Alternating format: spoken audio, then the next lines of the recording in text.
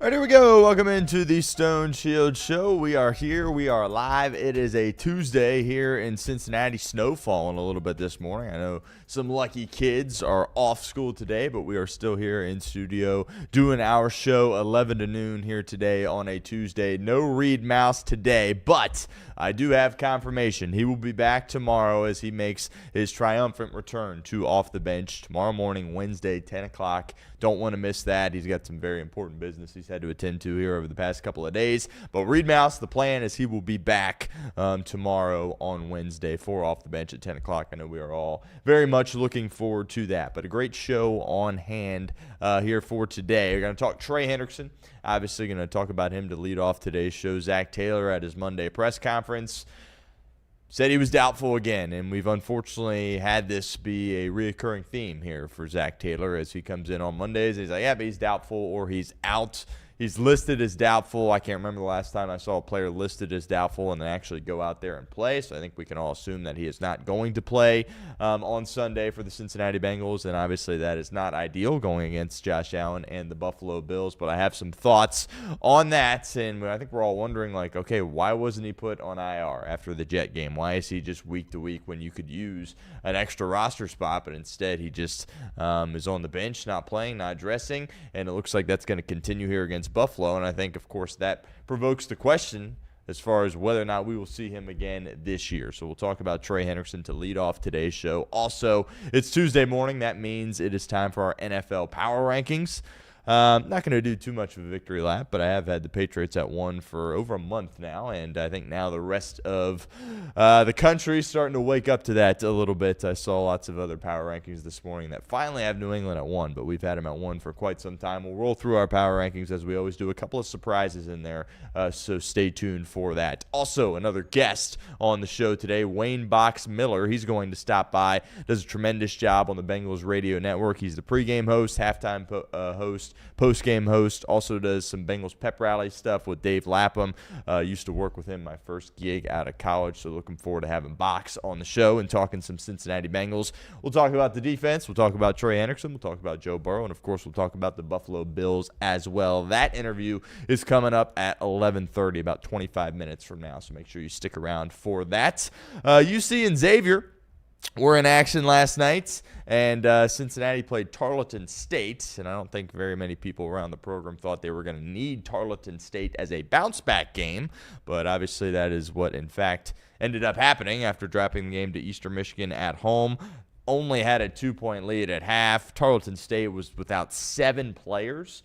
I believe that is correct. 7 of their guys that they had played, they were without, so they just had a bunch of, bench guys out there for the most part playing basketball for them last night, and UC only had a 2-point lead at half. They were able to pull away with about 10 minutes to go, and you look at the scoreboard, I believe, what was the final? 76-58, so not a close game, but by no stretch a good game for the Cincinnati Bearcats, and we'll see. They're in action in the Cintas Center on Friday against Xavier. Crosstown shootout. UC hasn't won at the toss since 2001.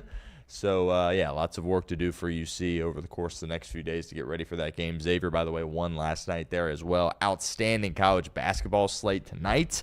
No football, obviously, but Iowa, Michigan State, Florida, Duke, UConn, Kansas, North Carolina, Kentucky, all games tonight, all great college basketball games. So we'll talk some UC hoops there on the show. And also, we talked Lane Kiffin yesterday. He had his press conference yesterday, and it was probably 45 minutes long. I watched the whole thing last night, and I wouldn't say wholesale changes necessarily to my thoughts yesterday, but I do want to edit, I guess, some of the things I did say yesterday. And we'll talk Lane Kiffin to close out today's show. But appreciate everyone, as always, for hanging out with us here at the show. Make sure you hit that subscribe button if you haven't done so already. We are live here on the channel weekdays from 11 to noon. And typically we have off the bench before that, 10 to 11. Reed Myles expected back for tomorrow's show. So we're certainly looking forward to that. All right, let's talk Trey Hendrickson Hendrickson here. Zac Taylor took the podium, as he always does, on Mondays, and they've been asking him, the beat writers, the beat reporters have been asking him, hey, are we going to see Trey Hendrickson? What's his status? And there's really been no opportunity to even get relatively optimistic about him potentially playing, because pretty much every Monday he's either ruled him out or said he's going to be doubtful. And as I mentioned at the top, I can't remember the last time a player was listed as doubtful and actually went out there and played. So I think it's safe to assume that Trey Hendrickson is not going to be out there dressed and ready to play against the Buffalo Bills. And this is very unfortunate. Today, it's been 37 days since the last time we have seen Trey Hendrickson. If you remember, he went down right before the half in the Jet game. Jet game, of course, the Bengals lost that game, and we have not seen him since. And, I think there's people around the team, and I think Trey Hendrickson kind of alluded to this as well, that maybe thought he rushed back a little bit, right? Because you remember he went down in the Green Bay game, and it was 2 out of 3 games where he had gone down in the first half and wasn't able to finish the game. And, ultimately maybe that has caused him to continue to be out for all these games. So there's a lot of questions that a lot of people have as it relates to Trey Hendrickson, one of which is, why didn't you put him on IR? Right? Obviously, if you put him on IR, he's got to, he can't be on the team for several weeks, and that allows you to have another roster spot where you could bring in another guy or elevate somebody from the practice squad, what have you, to go out there and play at that edge rusher spot. Something I think certainly the Cincinnati Bengals could have used. Now, luckily for them, in recent weeks, Joseph Ossai has kind of stepped up, Myles Myrphy's kind of stepped up, and even your 6th-round pick in 2023, Cedric Johnson, he's kind of stepped up a little bit there as well. But I think having a fresh body and certainly could have helped them over the course of the past few weeks. But instead, the Bengals have opted to leave him on a week-to-week basis, and Zac keeps saying that. We'll keep taking it week by week with Trey Hendrickson. And then the question also becomes, will we see Trey Hendrickson again?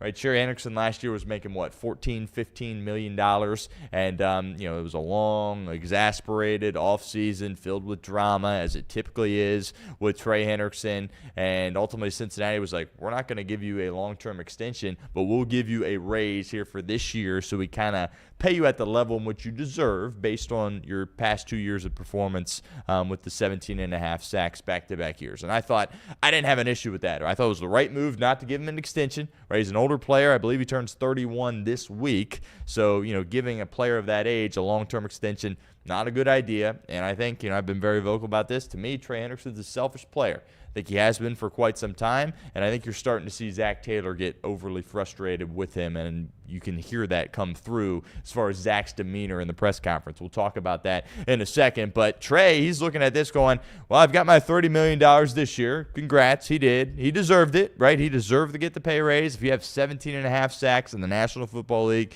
you deserve to be making more than $14 or $15 million. That's just the reality of the situation. But now the question becomes, A, could he have been back over the past few weeks and is sitting there saying, you know what, I don't want to put anything on tape that isn't me at my best, right? Because Trey Hendrickson is auditioning for 31 teams around the National Football League here at this point, right?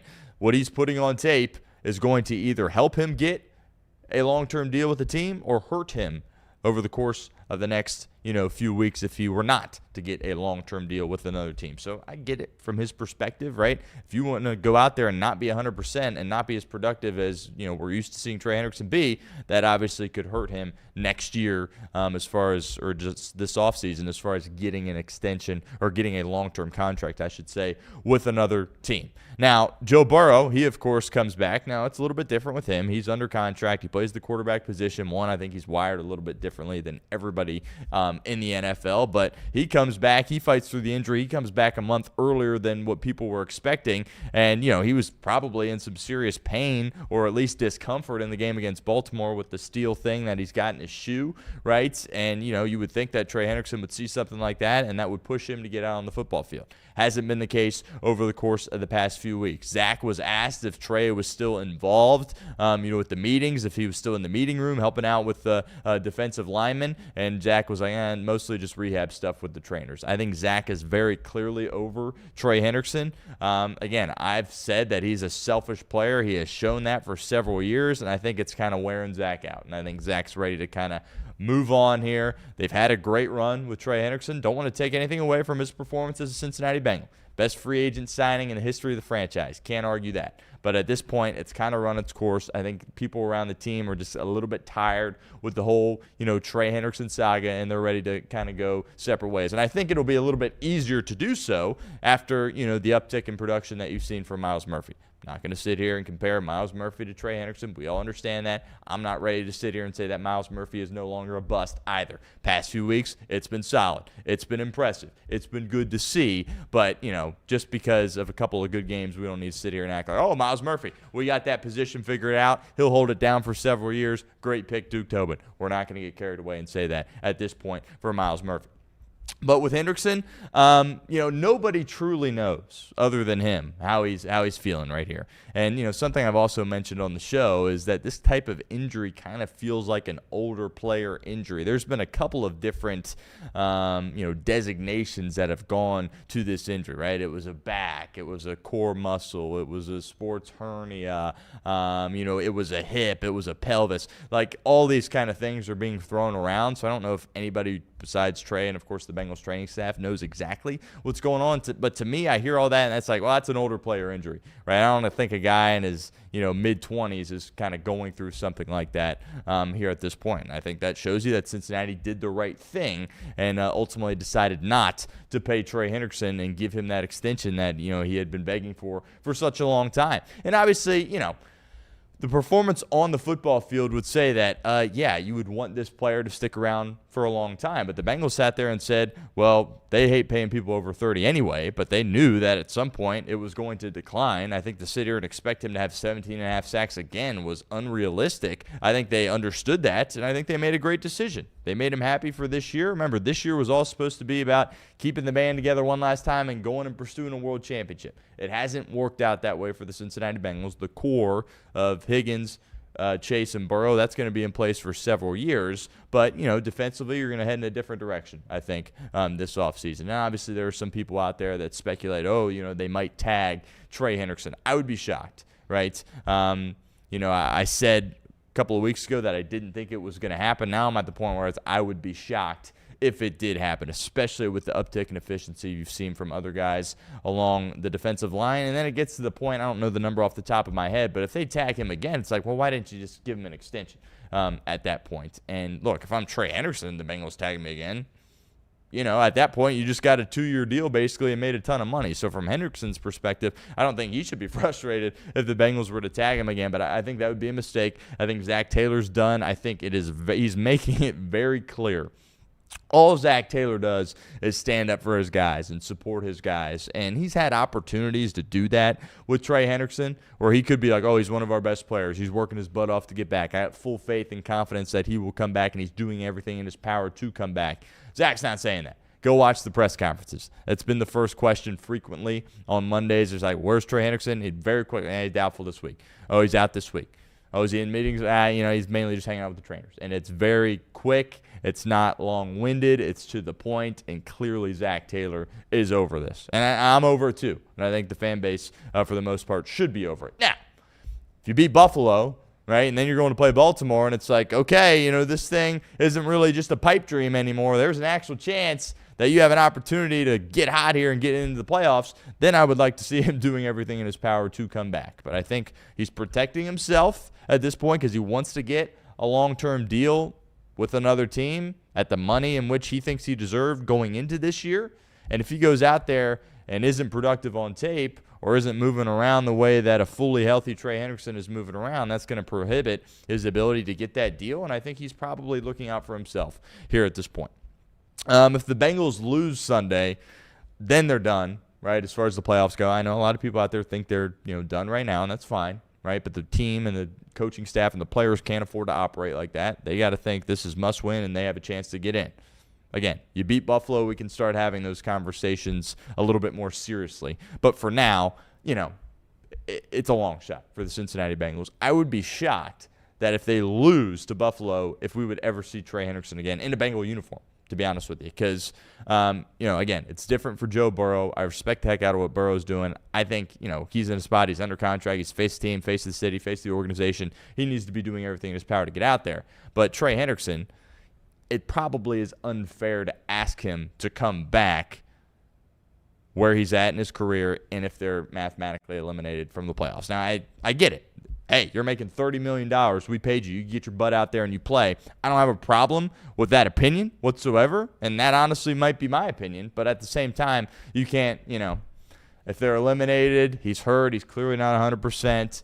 Do you want to rush back to play quote-unquote meaningless games when he's auditioning, for the 31 other teams in the National Football League? I understand it. But if they beat Buffalo, right, and he keeps being week to week and they keep not putting him on IR, they better see Trey Hendrickson out there at some point, right? They better see him out there at some point. Because, again, the injury is not to the point where it's significant enough to put him on IR, right? That is a doctor decision. That is a trainer decision, right? Obviously, Zac ultimately ends up making it, but Zac doesn't know, right? He's just listening to the doctors and the trainers. And if the doctors and the trainers are saying he's week to week, we don't need to sit him down for several weeks here for certain, that shows me that there's an opportunity that he could come back if he truly wanted to. And it seems like he hasn't made that decision here at this point, which is frustrating. But again, if the Bengals lose to Buffalo and are eliminated, I get it if he doesn't come back. But I think this ship has sailed. Hopefully, if the Bengals can stick around and stay in the mix, he'll come back. If they don't, I wouldn't expect him to. But I'm over the Trey Hendrickson thing. Great career here in Cincinnati. Was outstanding. We appreciate all the good memories. Greatest signing in Bengals free agent history as an organization. But it's time to move on, right? It's time to let him go a separate way. And, you ultimately go in a different direction at that position because it's just too much. And it's each and every offseason it's something with Trey Hendrickson. And, when he's not out there and he's not available, it's not worth putting up, right? Now, if he's out there getting 17.5 sacks and causing all these problems and being Mr. Drama Queen, right, you can deal with it. But when he's not available, you move on, and you move on pretty quickly. I expect Cincinnati to do that. I hope he hasn't played his last game as a Bengal for the sake of, this run, this miracle run that Cincinnati's trying to go on. But I would not be surprised at all if he has played his last down in a Bengals uniform. All right, Wayne Box Miller, in about 12 minutes, we're going to fire through our NFL power rankings. We do it every Tuesday. Going to do it very quickly here on the show. 10-1, we do it every week. Not wholesale changes at the top, but at the bottom we do have some changes. And we'll start with the number 10 spot. It's the Chicago Bears. Last week I had them at 10, and I don't bump them up at all despite their victory on Black Friday against the Philadelphia Eagles, 24-15. Look, I give Ben Johnson a heck of a lot of credit for what he's been able to do. To be able to turn this thing around in 1 year, I get their schedule hasn't been the most difficult, but we'll talk about New England in a second. They obviously haven't played many great teams either. He deserves credit for coming in here and doing this year one. You always have the questions with the coordinators, right? Oh, he's a great coordinator. He's a great play caller, but can he be a great head coach as well? Ben Johnson clearly can. There's some guys that can't. Josh McDaniels, the first that comes to mind. Great offense coordinator, great play caller, great, developing quarterbacks. Head coach, can't do it. And that's okay. That's okay. Everybody has their niche. And, that's not a knock on Josh McDaniels there whatsoever. But Ben Johnson can clearly do this. Him and Vrabel are kind of going toe-to-toe for the coach of the year here at this point. I've said multiple times on this show I would throw Shanahan into the mix. And honestly, I probably would vote for Shanahan if I had a vote over those two guys. I understand that's probably not going to transpire that way. Ben Johnson's done a great job. I don't trust the quarterback. He's not accurate enough with the football, and at some point late in the year or in the postseason, he's going to have to step up and win from within the pocket and make a tight window throw, and I do not trust him to do it. The Bears, if the season ended today, would be the number 1 overall seed. I don't think that things will end that way. I think the Rams ultimately will, bounce back and get that number 1 overall seed. But, shoot, if you're the Bears, you get a bye or a win away from the conference title game. Again, I don't see them having success in the playoffs. I think they're going to fall off a little bit. If not, they'll fall off in the playoffs. I see them kind of being a one-and-done team, but you got to give them a lot of credit. They're the 1 seed in the NFC right now. They got to be in the top 10, and they just knocked off a solid Philly team, the defending world champs on the road. Deserve a lot of credit for that, but I'm not buying the Bears here at this point, but they're good enough to be in the top 10. Got them at the 10 spot still. 9, going to ruffle some feathers here. I had the Dallas Cowboys. For the first time all season, they cracked the top 10. I've got them at the 9 spot. They won. They beat Mahomes, Andy Reid on Thanksgiving, 31-28, overcome some early adversity. Dak throws the pick early and then was basically perfect from then on out. And, I think coming into the year, people obviously didn't know exactly what Schottenheimer was going to bring to the table very quickly. You saw that, this guy can actually be a head coach. And actually, despite how bad the coaching search was for Dallas, this thing might work out. He clearly, can understand the heartbeat of a team. He can clearly hang in there as far as being at the podium, right, and being the voice for the team. And clearly he knows offensive football. And, this is the best Dak has looked in quite some time. Dak's had some solid years, but this is the best Dak Prescott we've seen. And then you got to give credit to Jerry Jones, as crazy as that is to say. People were banging on him for trading Micah Parsons. That was the right move. Right? I'm not going to say that Dallas definitely won that trade. I think it worked for both. Green Bay, they're ready to go compete for a world title right now. They give up first-round picks. They get Micah Parsons. Works for them. For the Cowboys, what was Micah on that defense going to do? It still wasn't going to be a very good defense, so they get Clark from Green Bay, and then they make the trade from Quinnen Williams. Now all of a sudden it's like, it's a formidable defense, right? You talk about the Bengals defense just needing to be average. Well, how Dallas is structured is very similar, right? So they just kind of need to be average there as well. And these past few weeks, they've been solid. And they have 28 points to the Chiefs. It's not perfect by any stretch, but it's good enough. And Pickens appears to be the acquisition of the offseason. We'll see if Jerry messes around with an extension. Obviously, he's got off-the-field problems and is still immature, and I think he'll probably always be immature, but guy looks like Randy Moss out there, and I know that's a little bit hyperbolic, but the guy looks like a really, really good receiver. At elements throughout this year, it's like, oh, he's the one, and CeeDee's the two, which is crazy to say, but that's kind of how it feels right now. They have a difficult game Thursday, right? The NFC, it's so difficult getting into the playoffs. I don't think they're going to catch Philly. I think Philly still wins that division, and the wild card teams the Packers right now are a wild card teams. The Bears have the division, the Niners too, and that's 8 and 9 wins respectively. So it's tough to get into the playoffs in the NFC this year. They have a chance. They have to win Thursday, and then you can start talking about them potentially making a run at the playoffs if they can pull off the upset. 3-point underdogs at this point on the road against the Lions, but got to show the Cowboys some love. That offense is fun to watch. Schottenheimer's done a great job in year one. He's clearly not over his skis. It's the best Dak Prescott I've seen, and the defense has gotten better as the year has gone on, in large part due to the Quinnen Williams trade and being able to get Clark and moving off Micah. Got to tip your hat to Jerry Jones because he's done a tremendous job. 8, Buffalo. Last week they were unranked. They beat Pittsburgh 26-7 over the weekend. And look, when I watch Buffalo, if I'm getting contributions from people not named Josh Allen, that means they're real, right? To be able to go into Pittsburgh, I understand Pittsburgh's a mess. But if you go in there without both of your starting tackles, left and right tackle, and just say, that's fine, we'll run the ball against a team that's spending all of their money on the defensive side, a team that has T.J. Watt and Cam Hayward, no issues running the ball with backup offensive linemen for the Buffalo Bills. That tells me a lot. I know what I have in Josh Allen. We all understand what Josh Allen can bring to the table. It's about the pieces around him. Can the defense hang in there? Can you have some semblance of a run game? Buffalo showed yes to both of those past 2 weeks, and given how weak, on Sunday against Pittsburgh, but given how weak the AFC is, and you got Josh Allen, if you show just competency around your offensive line and your defense, they're absolutely in the top 10 here. So they vault in at number 8 after being unranked last week. 7, I've been saying this for a couple of weeks. Watch out for the Houston Texans. And, yep, they went into Indianapolis, pull off an upset. C.J. Stroud coming back. Defense is so critical in the National Football League, and that might seem like no kidding, Stone, but it's true, and the Texans are unbelievable on defense, literally unreal. If you haven't watched the Texans, go watch them, right? You might think, they're getting these boring games. The defense isn't boring to watch. They're unbelievable. They get after the passer. They got Danielle Hunter. Will Anderson's one of my favorite players in the National Football League. He's tremendous. They have a lockdown corner in Stingley. Their linebackers are good. Al Shire, however you say his name, he's tremendous. Might be a little bit of a dirty player, but he'll get after you and he'll hit the heck out of you there as well. Texans are the real deal. I picked them to win the division before the year, and I'm going to stay with that. I think they're going to chase down the Indianapolis Colts. Obviously, they just beat them. Nobody talking about Jacksonville, by the way, but I think Houston is the best team in that division right now. And I'm high on the Texans. I got them at 7. If Stroud can just take care of the football, make the throws he needs to make, they don't need him to be Superman to win some of these games. Don't sleep on the Houston Texans. I've got them at 7. It was our favorite play of the week last week, plus 3.5 against the Indianapolis Colts, and they went in there and won the football game there as well.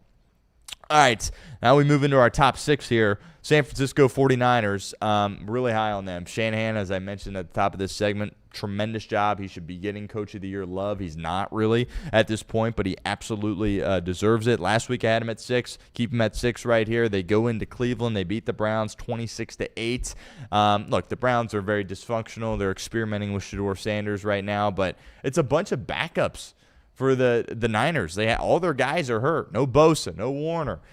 Just guys dinged up left and right for them, and they just continue to reload. And Salah's done a tremendous job. We talked about him potentially being the top head coach candidate this cycle a couple of weeks ago. He's been outstanding. Shanahan's great. They're running the ball with McCaffrey. That's the key, obviously. I think a lot of Niner fans, a lot of people are kind of holding their breath because it's like, oh, McCaffrey hasn't gotten hurt in a while. And, that obviously was kind of an issue earlier in his career. And he's been healthy for, considerable period of time here. Obviously hope that continues. If they lose him, I don't know if they'll be able to overcome that. Tremendous. Purdy, shaky, obviously, in the Monday night game against the Panthers, throwing all the interceptions. Thought he played well. And sometimes, with a guy like Brock Purdy going into that kind of environment with that kind of weather wasn't as bad as I think many people anticipated in the game against Cleveland. But to go in and just execute and make some big-time throws in the wind, in non-ideal elements says a lot about him. And I think it should give you some confidence that he can play well in the postseason. Obviously, he's played well in the postseason throughout his career to this point. But that division is the best division in football, despite how bad the Cardinals are. Those 3 teams, man, in the NFC West are absolutely unbelievable. And obviously a lot of people talking about the Rams and Seahawks, and rightfully so, but look out for the Niners. Look out for the Niners. I think they get in this playoffs. Obviously, they'd probably be a wild card at this point. I think they can beat anybody. And, I'm very high on the Niners. Shanahan's done a tremendous job with all the injuries that he's had to overcome. 5, Seattle. Last week had him at 4. They beat the Vikings 26-0. Minnesota didn't even really have a quarterback, and you could argue when their starters out there, they don't really have a quarterback either, of course, and J.J. McCarthy. But Darnold, past couple of weeks, I'm not quite as high on him. And, that performance against the Rams where he threw all those picks and basically single-handedly lost them that game, that's going to live in my mind really leading up to the postseason. So there's a trust element that I don't exactly have in Darnold. He's played at a high level throughout the duration of the year. I'm a little worried about that, right? If you're facing, one of these top teams in the NFC or even like a wild card team, right? For instance, let's say Detroit gets in. Detroit against Seattle, I don't know if I can back Seattle despite the season that they've had. So I've got some trust issues there in Sam Darnold, but the defense is tremendous. All 3 levels. They fly around. They make plays. They have been absolutely unbelievable this year. 4, Denver. Last week I had them at 3. They beat the Commanders 27-26 in overtime. They just keep winning games, right? There's always a team like this in the NFL seemingly each and every year where they just win games, right? But it's like, we don't really fully trust you. I don't know if we can, trust on you to win games in the postseason. Got to give him credit. The defense is good. Bo Nix, what a roller coaster ride it is to watch him play NFL football. Sometimes, franchise guy. Sometimes it's like, could he even be a backup in this league? So watching him is a roller coaster experience. Talked about this yesterday. I feel like Sean Payton, just run the ball sometimes, right? I feel like he's trying to prove to the rest of the NFL that, we got our guy in Bo Nix and he's a great player.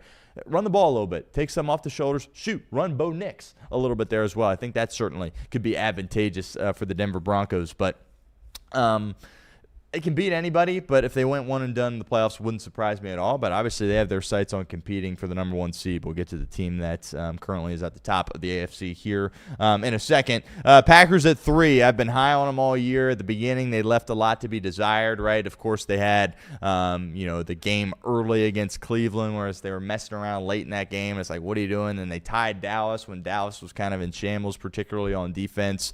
Lost to Carolina, right? So they've had some questionable games, but I thought they looked fantastic on Thanksgiving. Jordan Love deserves a lot of credit. I don't think he gets enough credit for what he's able to do for that Packer offense. They're really, really good. I've got them at number 3. I picked them to go to the Super Bowl before the year, and I'm sticking to that right now. Really impressed with the Green Bay Packers. 2, the Rams. Obviously, they lost to the Carolina Panthers. I'm not freaking out about that, to be completely honest with you, right? Stafford was the MVP frontrunner going into the game, had 2 picks, had the fumble there as well. He's not going to turn the ball over 3 times. That's not Matthew Stafford, right? He was going on a crazy run, not throwing interceptions before he threw the 2 against Carolina. early game. They're going from the West Coast all the way across the country to Charlotte. And, Carolina, they deserve some credit for how they were able to play. They played really well in that game. I'm not pressing the panic button at all for the Rams. They're going to be just fine. I think ultimately they still have the number 1 seed in the NFC. I've got them still at number 2. And at 1, I've got the New England Patriots. I've had them at number 1 since November 5th. I think a lot of people around, certainly the media nationally, are starting to wake up to that a little bit more. They're just a buttoned-up football team. Vrabel's done a tremendous job. I would say he's probably the Coach of the Year front runner here at this point. I get the schedule's been weak, but they're taking care of business. They beat the crud out of the Giants last night, and the pads were popping early, particularly in that first half. You remember the Rose Bowl last year, Oregon and Ohio State, where Ohio State was just mauling people early on in that game against Oregon. Kind of felt that way last night on Monday Night Football against the Giants. Giants have a lot of work that they need to do, obviously fired their coach, but I'm really high on the Patriots. Some people thought that, they're a year away. I don't know. I feel like they're kind of in a spot right now to potentially make some noise in the AFC. All right, it is time to welcome in our guest. He is standing by, and he is ready to go here on the show, and it is my pleasure to welcome in Wayne Box Miller of the Bengals Radio Network. Box, can you hear me? I appreciate you stopping by, man. Yeah, man. How you doing? Long time, brother. I know it's been a minute, but good to see you again and good to have you on the show. I appreciate you Right. making some time. Absolutely. But I do want to start with Trey Hendrickson, and we started out our show today here talking about this. Obviously, that was the first question in the press conference yesterday. Beat writers asking Zac, and he very quickly was like, yep, he's going to be doubtful again, and obviously that probably means he's not going to play against the Buffalo Bills. So I think a lot of people were wondering, okay, you keep saying he's week to week, but it's been several weeks since he hasn't played. Obviously hasn't played since the Jet game. Why was he Right. not placed on IR? Any thoughts on that? And any shot we see him again this season for the Bengals? It's hard to say. I don't know if you remember that injury. It was a very brutal injury, and Yeah. I think people seem to have forgotten just how catastrophic that injury was. I mean, and some say it was a cheap shot. Yep. So I think if you really look at it, I went back and looked at that again, obviously the week after, and I thought, man, that is hard. And I heard some people mention his age has absolutely nothing to do with that. That's, if you have a brutal injury, whether you tear a knee or something significant like that hip, and you've got that much weight falling on it, it's going to sideline you. I don't know if he'll be back. I think that they're going to take it week by week. A lot of people don't like to hear that, but remember, Joe Burrow came back, Yep. and a lot of people said he should shut it down for the year. I think that he's shown that him playing matters. I think if Trey Hendrickson can get healthy, if this team is still in a playoff hunt, a couple of weeks from now, I think you may see a Trey Hendrickson. So I wouldn't rule it out. I just think that, with that type of injury, I just think you don't rush back from that. And I think caution is still the order of the day. There's been a lot of talk about what to do with him next year, right? I think the franchise tag Yeah. has been something that's been thrown around. Obviously, that number would be very, very high if they were to do it. I personally think that, respect everything that Hendrickson's done. I think clearly the best free agent signing this team has ever had as an organization, but it kind of feels like it's run its course a little bit, in my opinion. Any shot they tag him or perhaps give him an extension a year late, or do you think that this year is probably it for Trey and the Bengals? Well, I typically ask players when I'm interviewing them, when did you realize that the game of football becomes the business of football? Mm, And many of them have varying, some learn right away. Sheldon Rankin said, first week he got there, a guy got cut sitting next to him. And it's like, whoa. right. Others, a couple of years down the road, I think the business of football is probably the reason why you won't see Trey Hendrickson here next year, with the money that's going to Chase, Higgins, and Burrow. And then they've got some guys they got to make some decisions on defense about. It's just going to be a hard line to keep him for the money he is going to want and deserves, to be quite candid with you. So I think the business of football may be the reason you won't see Trey Hendrickson here next year. Absolutely. Defensively, obviously, for the majority of the year, they were struggling. I think that's pretty safe to say, as they probably were one of the worst defenses in the NFL. But past few weeks, they've really turned some things around, and we've seen the tackling improve. Even the Patriot game that they, of course, lost, Al Golden said after the game that probably the best tackling performance of the year. And then they followed it up on Thursday Night Football on Thanksgiving with another good tackling performance. And obviously, they were able to create a lot of turnovers in that game Right. there as well. But beyond the tackling and the turnovers, any reason or anything that stuck out to you as far as why this defense has been able to improve? I think pride. I Yeah. think so many of these guys basically got tired of reading the headlines, which, as I said on another show, you can't deny what you see. A lot of missed first tackles. They know that. It's not something that they weren't aware of. But I think to a player, pride kicks in and you say enough is enough. It's just like a guy in a boxing ring. I mean, 6 or 7 straight left hooks and you start to put your guard up. But I think that some players are getting more comfortable with Al's defense. I think he's worked to try to make it amenable for them as much as he still expects things from them. And I think you got to remember, and people tend to forget, you got a lot of new coaches. You got Jerry Montgomery, you got the linebacker coach, you got a new defensive coordinator. Whether we like it or not, and people just don't want to accept it, there's always a learning curve with Yep. new people in those kind of positions. I mean, you learn a defense, Lou Anarumo's defense, and then all of a sudden, here comes another guy, and he says, "Well, I like it this way versus that way," or my blitzes come this way or that way, and so it's a matter. And then angles, and everybody says, "Oh, I want you to do it this way." And so for us, we always say, "Oh, well, all you have to do is just blitz when they say blitz and this and that." But I mean, it's a little more complicated. I Yeah. think that yes, you would like for it to be this type of defense a few weeks ago, but it's here. DJ Turner's playing exceptionally Mm. well. I would say he's a Pro Bowl caliber corner at this point, based on the work that he's done. Joseph Ossai is healthy, and I think there was never a question about Joseph Ossai's ability. Right. The question was, could he stay on the field? Ability, day one, he came and he sacked Tom Brady right out of the gate when he got here. And you saw that and you went, whoa, this kid comes off the edge. But he was hurt and Yep. he was hurt again. Now he's healthy. Look at him. I mean, he's the guy that we thought he would be. He's relentless, man. And then Myles Murphy, I really like where Myles Murphy is right now.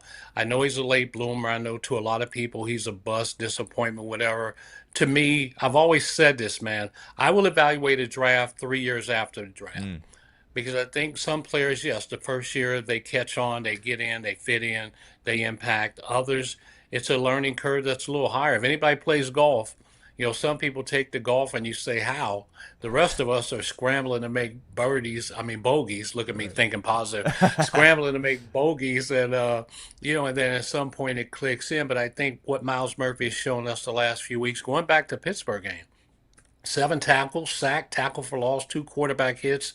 I mean, chasing down Ravens players on the field, the relentlessness that he's shown.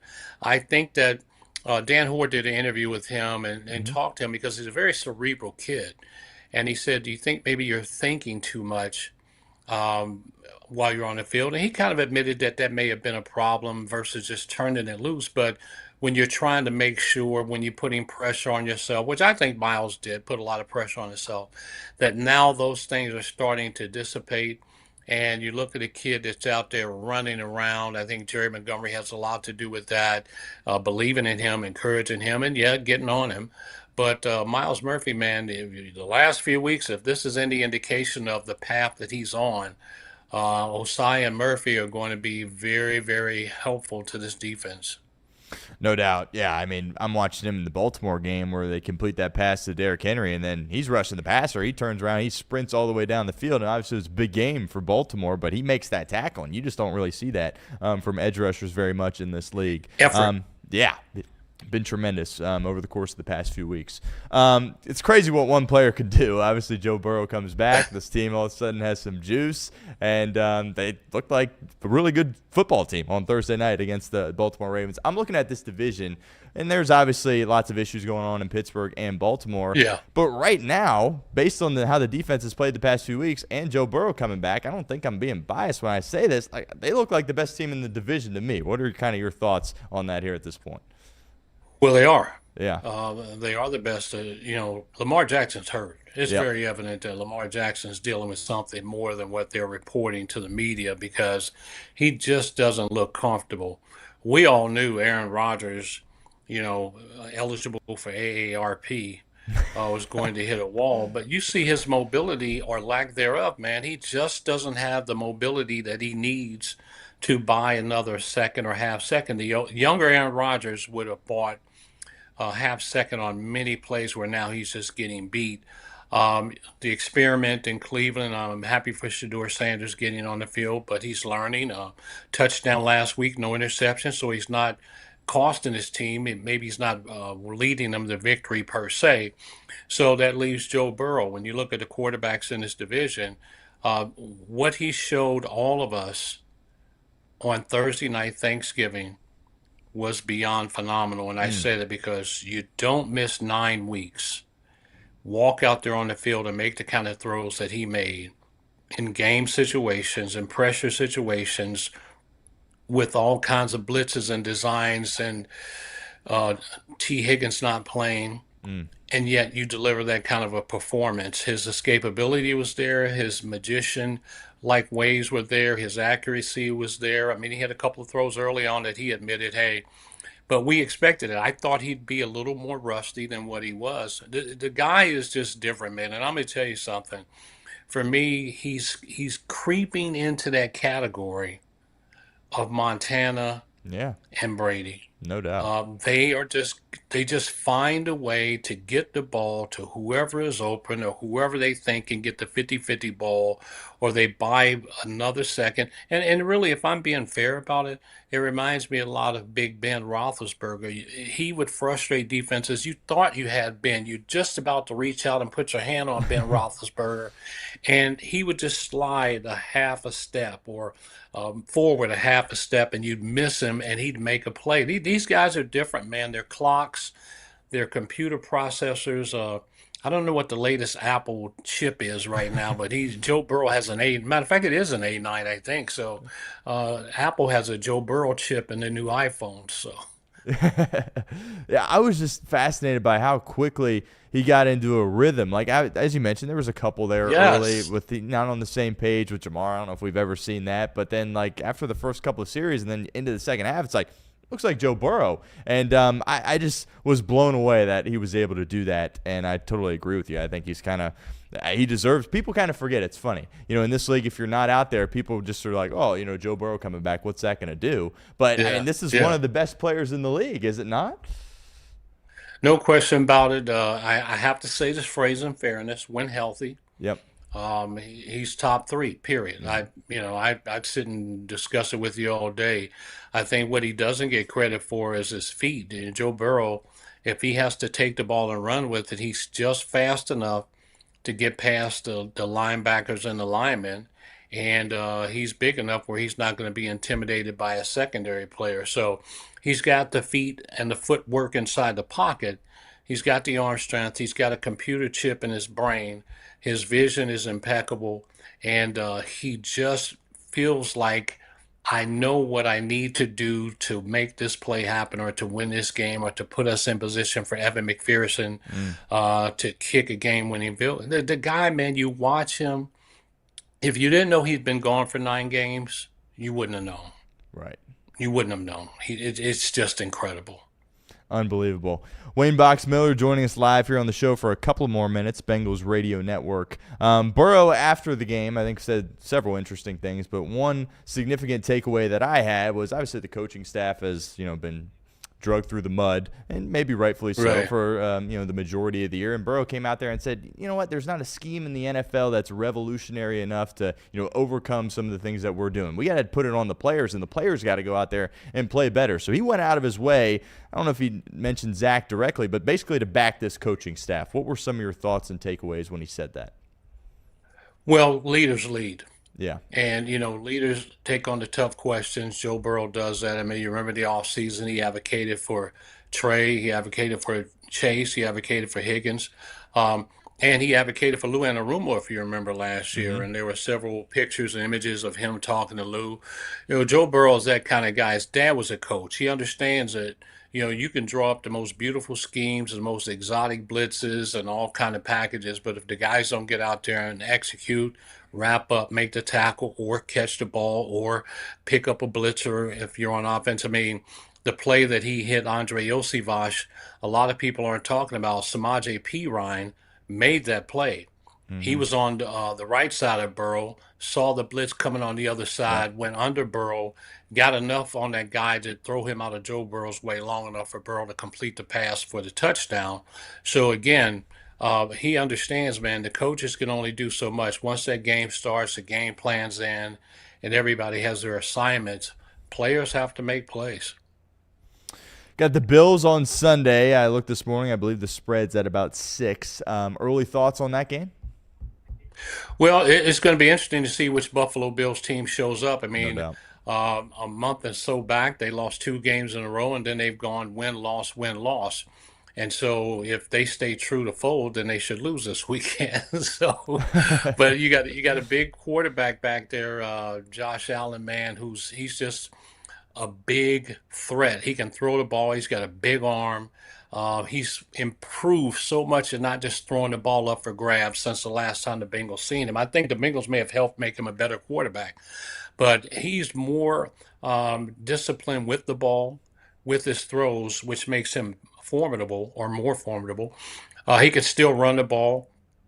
They've got a little bit of version of a tush push in terms of them trying to get yardage, and they'll get behind him. And he's such a big guy, but their running game, man, they've got a solid running game. And Hmm. the Bengals have been giving up around 5 yards a carry, but the defense has been pretty good of late. So they're going to have to keep them in down and distance that makes him throw the ball. But he's got a good receiving core. Defensively, they're going to get after it. And there's still some residual effects from the last time the Bengals went up there and knocked them out of the playoffs and went Yep. on to play Kansas City. And when Mike Hilton said the infamous "we're going to Burrowhead," and I think Chris Jones got a little upset about He that. did. And I think that this time around they'll just go up and take care of business. But it's going to be a tough game, man. I think that number 9 Mm. again. When you got number 9, you got a chance, man. Always. And Chase Brown is playing phenomenal. I mean, I think he set a franchise record 6 straight games with 100 yards from scrimmage. He's got over 970 yards total yards from scrimmage this year. He's averaging over 5 yards a carry. The last 3 games, he's gone over 100 plus total yards and averaged over 5 yards a carry. He's running the ball very well. Hopefully T. Higgins is back still in concussion protocol. Right. I saw him yesterday. He looked good. Was talking to the people in the cafeteria.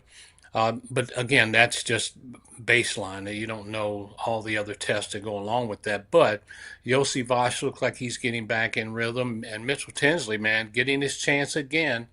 You tell the young players, you've been around players yourself. You tell young players, man, you never may get called at any time. You have to be ready. And Mitchell Tinsley has been that guy for them to become that third receiver. And if he gets a one-on-one matchup, Joe Burrow has confidence that he could win that matchup or that 50-50 ball. So he doesn't lose a lot. I mean, you lose a special person in T. Higgins, the height, the high point end of the ball, the athleticism. But you still got Chase. Yossi Vosh knows what he's doing. Great catches he made in the last couple of games, the toe taps and things of that nature. So if they can run the ball the way they want to, Gesicki and Fant are still targets for him, as well as Tanner Hudson. The thing I like about Joe Burrow that I think makes him really effective, man, he finds the open guy or the right matchup. Right. And so many people look for their favorite receiver or they look for the 1 and the 2. Joe Burrow looks for the matchup. He looks for the open receiver, the opportunity. And that's what keeps that offense rolling and keeps Bengals in the game. So it's going to be a tough game. It's on the road. It's at Buffalo. It's a 1 o'clock game, thank goodness. It's not one of those night games where it's 4 degrees or something like that. But with this guy being back, energizing the offense and defense, Evan McPherson is kicking the ball as well as he's Yep. been. You've also got Ryan Rico. We don't talk about him enough. I mean, but this guy, man, the way he punts the ball, flipping the field, that could be the biggest thing in this game, man. If you get a couple of stalled drives and he's able to pin them back inside the 20 or the 10, I know he'd like to get a few more coffin corner kicks, as they used to call them back in the day, Right. but he's still booming that ball, man. No doubt. And final question for you, Box, kind of big picture. This Okay. team, they could get hot, obviously, and I think there maybe is some concern that, well, they either win out or maybe just drop one game and they sit there and they evaluate during the offseason and say, you know what, we're fine. We can just roll it back with a lot of the same personnel, same assistant coaches that we have and go try again in 2026. Does that concern you at all that could happen, or do you think that, that's okay if that does happen, or do you think they would be better suited, making some serious changes, whether it be personnel or assistant coaches? Well, everybody's under evaluation right now. Yep. If you want to say that there's a good thing about where they are right now in terms of fighting for their playoff lives, you find out who your players are right now. Yeah. You find out who's still playing. I'll never forget Ozzie Newsome when he drafted Ray Lewis. He said he went in the room by himself, as Ozzie, from what I hear, Ozzie does a lot, and he got the games where Miami were blowing people out, and he got the games where Miami was losing. And he wanted to see if Ray Lewis was the same player, regardless of the score, and he was that player. Never turned the motor off, always on the go, always looking with effort to make the next play. And so I think for the Bengal front office and the coaching staff, this is a great opportunity for them to look at guys to say, who in their mind has already said, well, we're out of the playoffs, we're not going to make it, so whatever. And who's saying, hey, we still got a chance to make the playoffs. I'm trying to do everything I can to win. Or who just has personal pride to say, it matters to me how I play. It's not about the wins and the losses. It matters to me how I play, the kind of football player I am. So I think in essence, this audition for a lot of guys, man, that they get to look at Jalen Davis, man. How about that? He's the perfect example. Practice squad guy, was on the roster, moved to practice squad, never lost focus, man. Always kept the main thing the main thing. And then he's signed for the rest of the year. But it's effort. That's a guy that's an example of what I'm talking about. He's auditioned. They're looking at this guy saying, this guy wants to play. He wants to make plays. We need that right now because we've got to run the table. Unfortunately, we did that last year. We put our fate in the hands of others, which you never want to do, and it's something Dave Lapham harps on all the time, but it is what it is. And so they've got to get this one-win season, which is Buffalo, and then there's another one-win season after that with the Ravens, another one-win season with the Dolphins. These are all one-win seasons. You just got to look at it as a season within a game. Absolutely. Great stuff, Box. Appreciate you stopping by. Let everybody know where and when we can find you on the air. And are you still doing Bengals pep rally? Is that still going on? Yeah, I'm doing Bengals pep rally. Okay. We'll be we're doing them this year down at Kroger on the Rhine, Got it. 100 East Court Street. Barrett Carter's going to join us this week. Dave Lapham Cool. and I, and I'll be back the following week working on that. But I still do that. Countdown to kickoff always comes on 90 minutes before kickoff, so we'll be on 11:30. And then the post-game show comes on immediately afterwards. So, yeah, still doing pre-halftime and post. And appreciate all the work you did when you was there, man. You made it easy for me. Well, I appreciate you, Box. That means a lot. And thanks so much for making some time. Great stuff, as always. And we'd love to do it again soon, man. Absolutely. Anytime, man. Anytime. Yes, sir. I definitely will hit you up. Appreciate you, Box. All right. Who day, brother? Who day? Wayne Box Miller, Bengals Radio Network, does a tremendous job. He's been doing that for a long time. Pre-game, halftime, post-game. That was my first gig out of college, working there at iHeart, and we put in a lot of hours together. And great to see Box again. I hadn't seen him or talked to him in a while. Great stuff from him. That interview will be up later on YouTube, obviously. And clips will be up on social media there as well. Big shout out to Box, making some time for us here on a Tuesday. Great stuff. All right, a couple of more minutes before we get out of here. UC played last night. They played Tarleton State. We'll have a couple of thoughts on that, but I do want to talk Lane Kiffin. We talked about this yesterday, but I do have some new thoughts on kind of this whole situation, right?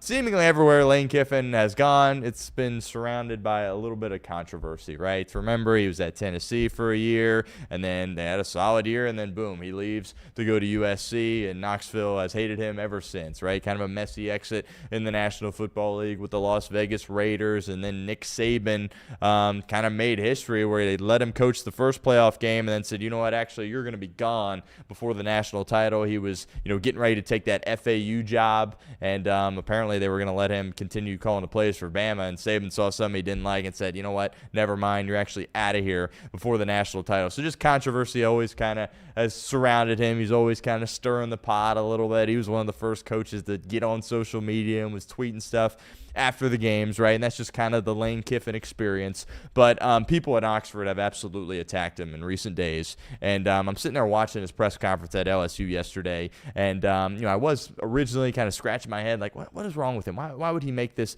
move to go here? And after some time to think on it, and obviously watching the press conference, I've come around a little bit, and I'm not banging on him as much as I was. And we'll kind of get into that here on the show. For the record, I don't think it's going to result in national titles for him. I don't think he's going to have tremendous success, winning conferences, winning conference championships, competing for national titles. I don't think that's going to necessarily happen, but I'm not an Ole Miss fan, but I'm not as upset about how things went down. Look, if you're in the SEC, right, that obviously is the heart of college football, is that conference. And those fans down there are incredibly passionate about their schools and about their programs. And Kiffin made this point at his press conference, when he's going to the airport in Oxford, which is a tiny airport, right, and there's people gathered around, flipping him off, calling him horrible names, and he's there with his son. Obviously, it doesn't feel good in the moment. But he made the point like, well, if you were at Ole Miss and didn't have success, or they were firing you, they wouldn't treat you that way, right? They're frustrated deep down because you had great success there and are leaving to go to, a borderline rival, and that's why they are so frustrated. So I thought that was a good point, obviously, from Kiffin. By the way, John Talty of CBS Sports has a piece out for CBSSports.com, details the whole thing, tremendous piece. Really encourage you guys to go over there and check it out. But then also at the press conference, obviously he's spending time talking about LSU and his new journey, but he made it very clear, and you could see it on his face. He wasn't putting on an act, just how difficult this decision was for him, right? Especially where they were at. People viewed this kind of being a rebuilding year for Ole Miss in college football this year, and they were picked to kind of be in the middle of the SEC, and then boom, they have the best regular season that they've had in over 100 years, and are a lock to make the college football playoffs and have an opportunity to compete for a national title. So again, I don't think it would have been as messy if they had the year, for instance, that they had last year, Jackson Dart's final year. I think it would have got a little bit different if he would have left, and it's like, who cares, right? Obviously people would be disappointed, but he wouldn't be leaving right before the playoffs. Obviously a little bit different here for Lane Kiffin. But watching the press conference, very evident how difficult it was. We talked about this with Chuck Martin yesterday, Miami head coach. Calendar's clearly broken, right? In the NFL, you can't poach coaches from other teams. You got to wait till the year's over. I don't know why that's not a rule in college football. I get the recruiting schedule. I get, National Signing Day, all those things, transfer portal opening. I understand. That's got to be fixed because it's not right to just have, a school that has sucked the past few years, LSU, just because they're this big brand, to go in and poach a guy from a school that's having a lot of success but maybe doesn't have the same funds or resources as a school like LSU. But watching it, clearly it was very, very difficult for him. And I also think something people don't understand are that these coaches, they got to make a quick decision, right? He's coaching in the Egg Bowl, and then he's got 24 hours to make up his mind. I'm sure his mind had been made up before, but that is a quick turnaround. And, they sent a plane to Baton Rouge with his family, but he didn't go down there, right? And when coaches make this decision, like they got a few hours to figure things out, talk to their family, call their mentors, and boom, they got to make a call. So I would not want to be in that situation, to be perfectly honest with you, when you're making a life-altering situation, career-altering decision, right? That's got to be very, very difficult. And I don't relate to Kiffin, but I certainly sympathize with Kiffin a little bit for making a decision like that. Now, Tulane, of course, good chance that they're going to have an opportunity to compete in the college football playoff. There's a real possibility that's the case. John Summerall, of course, took the Florida job, but Tulane is letting him coach at Tulane for the rest of the year. Now, it's a little bit different with Kiffin's situation, right? Because he's leaving for, he's not leaving for Mississippi State, but he's leaving for a borderline rival within the SEC. At that point, it's like, get out of here, right? The James Madison guy, I believe, they're letting him stick around UCLA. He'll be going to UCLA as their head coach. So it's a little bit different when you're in the SEC and you're leaving for an SEC school. Obviously, technically, it's an upgrade, right? Because you're going to a different program. But Ole Miss, their vantage point, they're looking at it as you're leaving for a peer, right? You're leaving for, a fellow rival here in this conference in LSU. And, Kiffin, it's been interesting because I didn't necessarily fully get this. Again, it was in the Tulte piece. Kiffin has wanted some of these jobs for a long time. He's wanted the Florida job when it came open before they hired Napier. Apparently, he had significant interest in the Alabama job there as well, and Greg Byrne was like, yeah, Kalen DeBoer's our guy, and we're not really messing around there at all. If you remember a couple of years ago, he almost took the Auburn job. So he's been looking around, as he typically does, right? He's not the most loyal guy in the world, but when he's looking at this, think about how people and how we've talked on this show about Lane Kiffin. I mean, we've talked about him in this coaching search like he's Nick Saban. And clearly he is not. This is a guy that hasn't won a conference title, right? And obviously hasn't been to a college football playoff either. And he was the hottest name here in this cycle. And you got to capitalize. You got to strike when the iron is hot, right? And he's sitting there looking at this going, if I don't take one of these opportunities, I might never get another big-time job. And that's what Kiffin is. Kiffin always, when he took the Ole Miss job, I don't think he wanted it to be endgame, right? Kiffin has he's very ambitious. He's got big dreams. He's got big goals. He wants to be at the tippy top of college football. And I think he was looking at Ole Miss saying, yeah, best 6 years of my life. He said that in the press conference. I think he meant it. But, could it, hold him back from getting a bigger job? And I think that ultimately is the decision that he made. When you look at LSU, they have, the resources. You look at Tiger Stadium. That's just kind of one of those, stadiums that just exudes, aura, I guess, in college football, right? When you think college football, that's one. Tiger Stadium, like that's at near the top of the list as a stadium that you think about. You don't think about Vaught Hemingway Stadium in Oxford, Mississippi, that same level. You just don't, right? And, I think also, Tulte mentions this in the piece, Kiffin was worried, like, if I have a year where I go 6-6, I might be out of here at Ole Miss, and then nobody is going to want to hire me, and this is going to be, the best job of my career, or, the last job of my career at a, Power 5 program in Ole Miss, right? Coaches have to make this decision, right? We talk about it with Ben Johnson. Now, he rolled the dice and said, nope, I'm going to stick around in Detroit for a couple of years, and there will become a time where I get a big-time job. And he stayed hot in Detroit. He stayed a hot candidate, and he got the big-time job. But sometimes if these coaches say, you know what, I want to stay here for a couple more years, and then you start losing, all of a sudden you're not a top-of-the-line candidate anymore, and you might not have an opportunity to get that kind of a job. So we'll see. Again, I don't think he's going to have tremendous success in LSU. I think, obviously Saban had success in Les Miles. I think right now where they're at, they need like a Louisiana guy, and Kiffin is a college football guy, but he's an outsider there in Baton Rouge, right? So it'll be interesting to see how he gets, with their recruits. It's a great recruiting area, and you don't have to compete with anybody else in the state. And, Louisiana, when you think about Louisiana sports, obviously you have the Saints, obviously you have the Pelicans, who are horrible as well, but really it's LSU football in that state, right? If you're in, a town like Dallas, obviously the Cowboys are the thing, right? That's the main attraction. LSU football is the main attraction in Louisiana over the Saints and the Pelicans. And everybody in that state is on board with that. And ultimately, he made that decision to go there. Interesting how Florida handled the situation. Their AD Strickland is kind of getting drugged through the mud a little bit here with how he handled it. The boosters were all in on Kiffin, and then he really wasn't. So he was kind of pursuing him, but kind of halfway pursuing him. And apparently the call that Strickland and Kiffin had didn't go well, and the structure that Strickland wanted as far as like a general manager kind of having like an NFL role, Kiffin was like, no, I got no interest in that. There as well. And again, Strickland, the AD at Florida, is getting drugged through the mud for this. I don't think necessarily he should be, because why would you go all in on a guy like Lane Kiffin? Just because he's the hottest name this cycle? Look at his career. Look at his history. Look at the lack of winning he's had at the highest level, right? He's not the type of guy that you should go all in on. And LSU opted to go all in on. And I think some people were out there just like, oh, this is going to be a lock. It's a can't-miss hire. No, it's Lane Kiffin. He's a wild card, right? He's a bit of a joker, right? This thing could go several different directions. Could it result in a national title? Sure. He's going to recruit his butt off. He's going to work his butt off. But could he drive this thing further into the ground? I think that's a possibility there as well. So Florida not going all in for Lane Kiffin, I don't think they should be, dragged through the mud for that. The AD, I personally don't. Now, the AD's made a ton of mistakes, right? Bringing Billy Napier back, huge mistake. Summerall, there's a lot of people that view him as, the next star head coach, but you just took Napier, a group of 5 guy. Now you're rolling with the same plan here with another group of 5 guy. Maybe you should have switched up your process a little bit.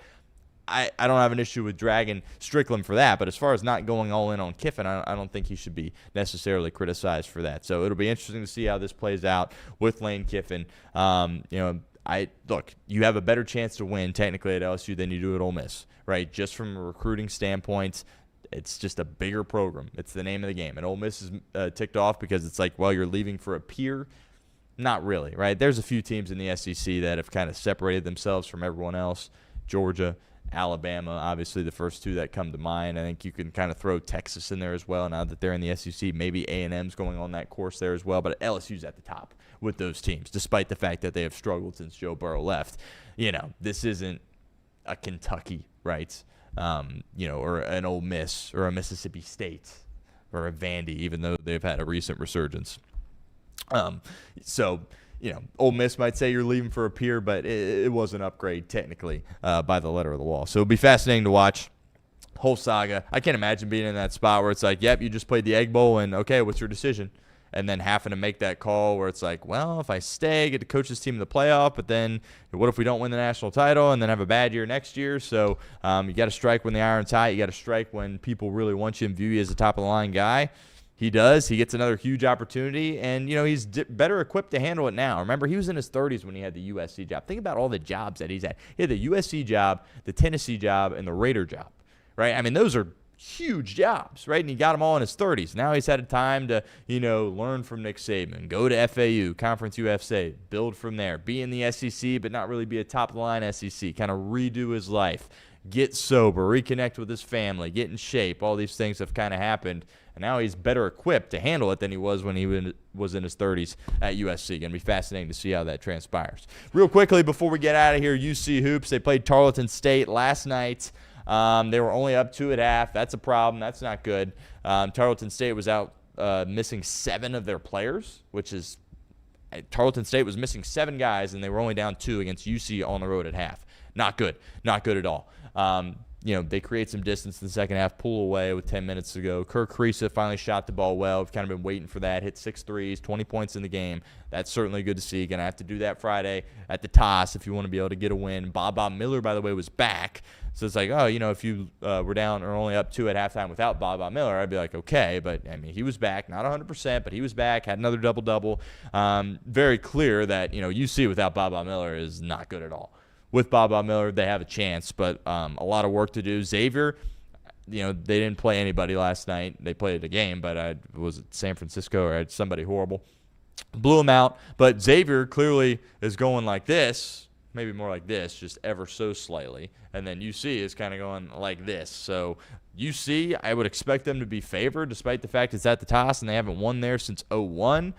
But, they have the much better team. But if you're a UC fan, I don't think there's really much reason to be optimistic about getting a victory on Friday. Huge game for Wes Miller. He can, downplay it all he wants and say, well, we've got a lot of big non-conference games. No. If you're here and you're missing the NCAA tournament, you better be handling business against Xavier. Obviously, the first few years wasn't. Last year, he held on for dear life. They get a 3-point win last year. He needs to win this game on Friday at the Cintas Center. And if he does that, then that'll calm people down a little bit, even if they continue to struggle elsewhere. You got to beat Xavier. Absolutely have to beat Xavier for Wes Miller. We'll preview that game throughout the week. I'm going to reach out to Paul Fritchner here in a little bit, maybe try to get him on Wednesday or Friday. He's obviously very busy, so it would be great to be able to get Paul on and talk UC Xavier crosstown shootout. Going to be awesome. Like, both of these teams aren't very good, but it feels like it's pretty evenly matched.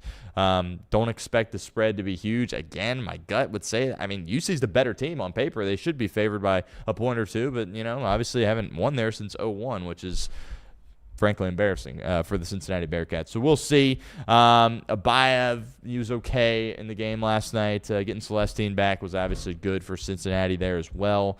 Jizzle James in attendance. That whole situation is very interesting. Wes said, well, he's still enrolled at the school, just not on the team. His brother's there. He's been using the facility. We'll see about, Jizzle James and what that'll look like in the future. That whole situation was kind of a mess, but Wes Miller backed him at his press conference. And, I would say that they could use Jizzle James, but based on how things ended last year, I'm not quite sure they could. But, we'll see. Obviously, he's a tremendous talent, just hasn't really turned that into being a good college basketball player yet. But we'll talk more UC throughout the course of the week there as well. Appreciate everybody hanging out. Appreciate Wayne Box Miller of the Bengals Radio Network joining us. That interview will be out later today on YouTube. Also, obviously available wherever you get your podcast. That will be up here this afternoon. But appreciate everyone, as always, for hanging out. Ooh, before we get out of here, I do want to mention the merch that we have on sale. We got about a week now while we still are running this deal here. Chatterboxsports.com/store.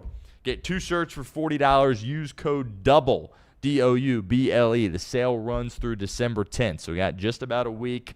Do some Christmas shopping. If you got, obviously a family member that's a Bengals fan or maybe taps into what we do here at Chatterbox, got Chatterbox Bengals stuff, Chatterbox Red stuff. They're still pumping out content. Nick Kirby, Craig Sandlin, all those guys doing a tremendous job. I believe they put out a video this morning, so check that out. Some Chatterbox Red shirts, also Chatterbox Bearcats there as well. You got a great deal. Get 2 shirts.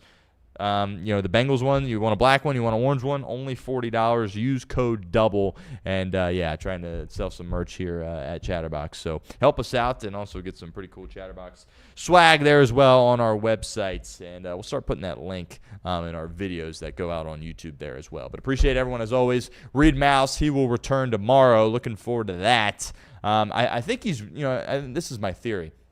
He's been very busy, and he's been doing tremendous work. But I think at the same time, he doesn't want to come face me because he's, he was the guy that didn't want Joe Burrow to play, right? He was the sit Joe Burrow guy. So maybe he's just dancing around that and doesn't want to, face the fire a little bit and come back and have that conversation with me. But I don't know. Maybe we'll have it tomorrow there as well. It looks like there is a super chat here. And we'll pull that up in a second. Let's see while we're still here. Looks like a $5 super chat from Luis. It says the message is retracted, but we certainly appreciate the $5 super chat. Yes, that is very nice. Very nice to send that in. We always appreciate a nice super chat here at the channel. But appreciate everyone as always, and we'll catch you tomorrow. Until then, take care, everybody.